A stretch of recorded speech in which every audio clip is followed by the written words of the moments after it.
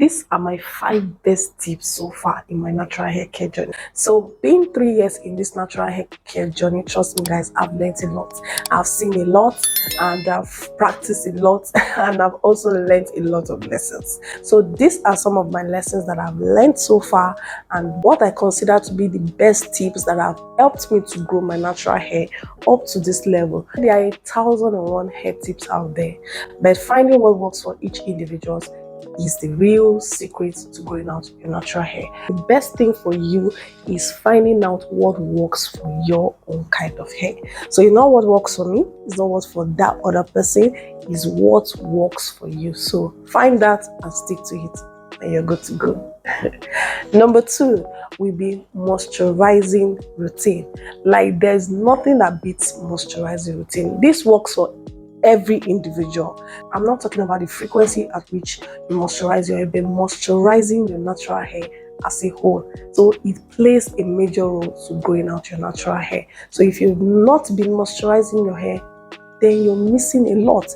It's probably the reason why you're still stuck at shoulder length or ear length, because your hair is always dry.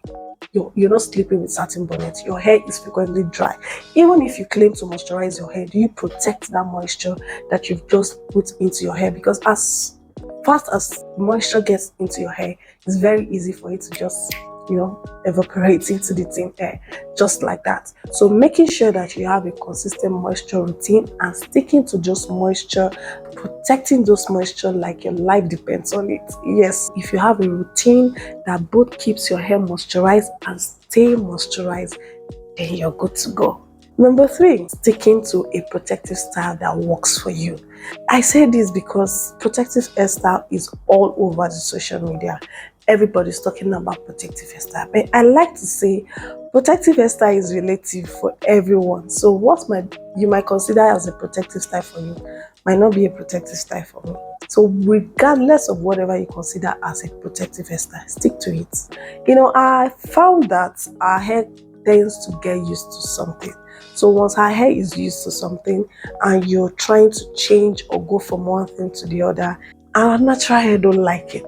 Your protective hairstyle is not just keeping your hair intact, it's helping you to protect the moisture that is in your hair. That is why a lot of people love twists. You kind of have a way of keeping that moisture at least for a couple of days before you have to re-moisturize your hair. So I like to say, find the hairstyle that works for you and stick to it. Don't jump from one hairstyle to the other. Your hair might be finding it difficult to understand what you really want. So please make sure your protective hairstyle are really protecting your hair and not causing your hair to remain in a state you don't want it to be. The next thing will be trimming your hair regularly. Now, don't get me wrong, I didn't say you should go chopping off your hair every single month. No, that's not what I mean. So recently I've been practicing the art of dusting the ends of my hair.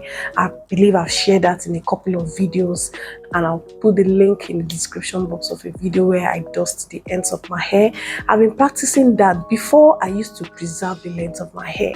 Like, I don't care how damaged they are, how thin they are, I love to preserve every inch of my hair. So then I used to get a trim like just twice in a year or 3 times in a year.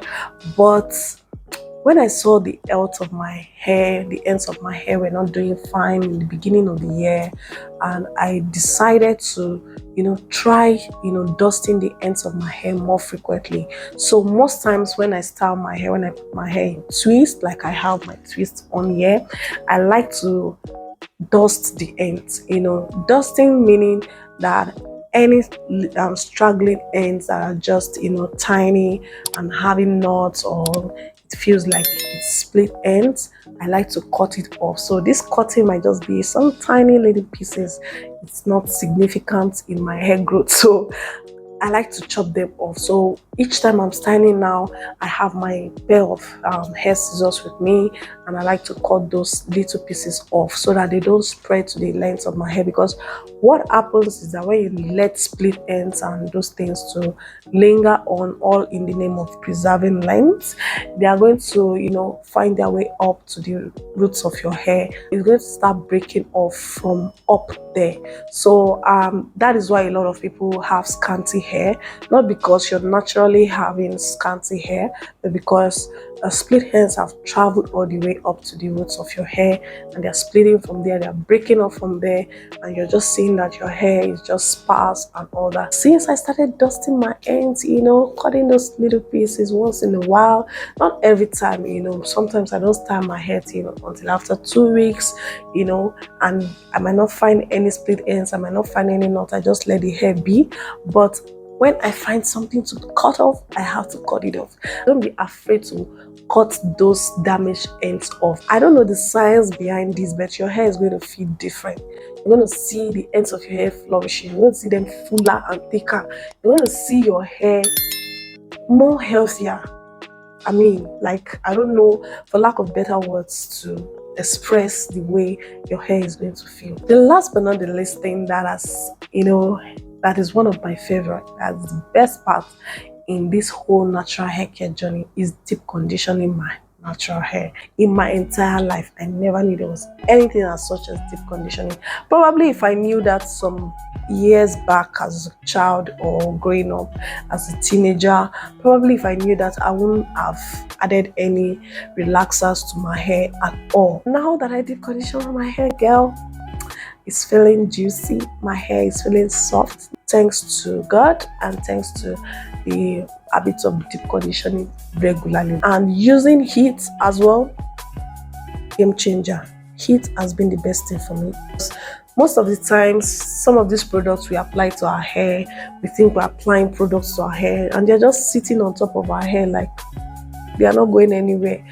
But using heat or steam to help those products to work in better into our hair, especially for those people who are low porosity like me, you still want to use steam. Even if you're high porosity, please use steam to support those products to enter, you know, to penetrate better into your hair, so that you don't end up wasting your money buying products and you don't see the results. It's probably because you feel you're applying products to your hair, but they're just sitting on the surface of your hair, they're not going anywhere, you know, and you're not receiving the benefits of those products. And at the end of the day, you're blaming the product for not working for your hair. So try steaming your hair as you deep condition your hair, and let me know the difference when you do. So these are my best top tips that have helped me. Of course, there are a lot of them I'll be sharing with you guys as time goes on. I hope you've learned something from it. I hope you enjoy it. If you did, please hit me in the comment section and don't forget to hit that like button. Please like this video, like this video, like this video. It's a thumbs up on your screen, just hit it and you liked the video, and let me know in the comment section what you think, and don't forget to subscribe to this channel. I'll see you guys in the next one. Bye bye.